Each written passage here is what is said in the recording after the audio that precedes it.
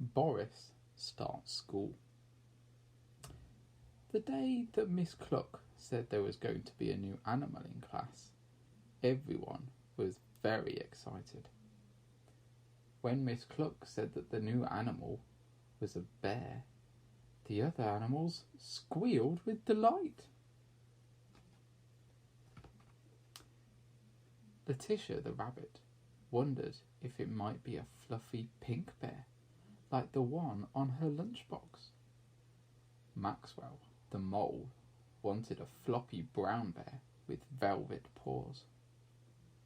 The mice hoped for a bear in Wellingtons and a duffel coat. Fergus the fox cub thought any teddy bear would be just fine. So when the classroom door opened and Miss Cluck introduced Boris, everyone screamed. For Boris wasn't a teddy bear. He was an enormous, hairy, scary grizzly bear. Miss Cluck found Boris a seat next to Maxwell. But Boris wanted to say hello in his politest voice. But as he sat down, there was a loud crack. It made Maxwell hide his face in his paws. "Oh, Boris," said Miss Cluck, "we'd better find you a bigger chair." Miss Cluck gave Boris a new pencil and book. He was very proud indeed. With a big friendly grin, Boris turned to show the mice. But Boris forgot how fierce his teeth were. He forgot how big his paws were.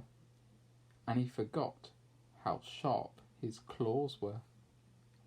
Somehow the mice got scattered across the classroom. Somehow the pages of his new book got ripped. Somehow there was a panic everywhere. "Boris is too big," cried one little mouse.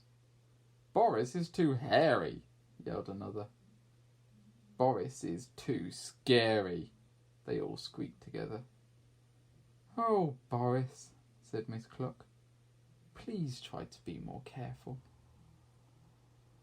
At lunchtime, everyone sat together. There was not enough room on the bench for Boris, but nobody moved up. So he sat all by himself and dipped his big paw into the large jar of honey his mummy had packed for him. When lunch was over, Miss Cluck said everyone could go off and play. The mice began a game of hide and seek. Everyone ran to find a place to hide, but Boris was too big. So Boris shut his eyes and counted instead. 1, 2, 3. "Coming to get you," Boris boomed. "Eek! Stop, no! Letitia shook with fear and clung to Fergus. Maxwell ran, crying, to Miss Cluck.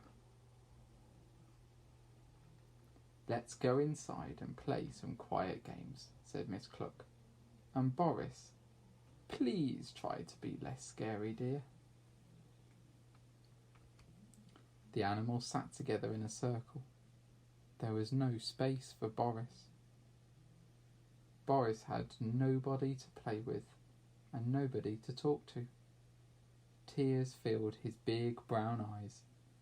Large teardrops rolled down his long nose and splashed to the floor.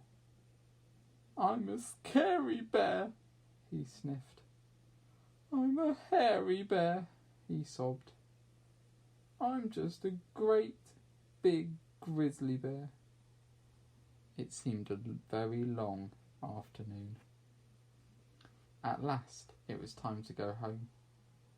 Miss Cluck stood and waved as the animals set off through the woods. Letitia hopped along the bank. Fergus chased the little mice round a tree. Maxwell scampered through the leaves. Boris plodded along far behind. Suddenly, from a hollow tree leapt the Rat Pack. Well, if it isn't the Boo Babies," said the meanest rat. "Just look at the scaredy fox and the weedy chicken-licking mice." Letitia, Maxwell, Fergus and the mice trembled while the rat pack circled round them. The rats didn't see Boris plodding along the path. All Boris could see was lots of excitement ahead. He wanted to join the fun. Huffing and puffing, Boris stood up tall to greet his new friends with his biggest, widest bear grin and... Yikes, it's a hairy bear! Help, it's a scary bear! Quick, run, it's a hairy, scary grizzly bear! The rotten rats ran away as fast as they could, and their skinny legs could carry them. But I only wanted to say hello, called Boris. When Boris turned around, the other animals cheered. Boris is a hairy bear, they sang. Boris is a scary bear, they chanted. We're so glad that Boris is our grizzly bear. Suddenly, Boris felt very shy. If you're going to be a bear, he said very gently, then it's probably best to be a hairy, scary grizzly bear. The next day at school, the animals couldn't wait to tell Miss Cluck how Boris had saved them from the nasty rat pack. Oh, Boris, said Miss Cluck, what a good bear you are. At story time, everyone rushed to gather around Miss Cluck.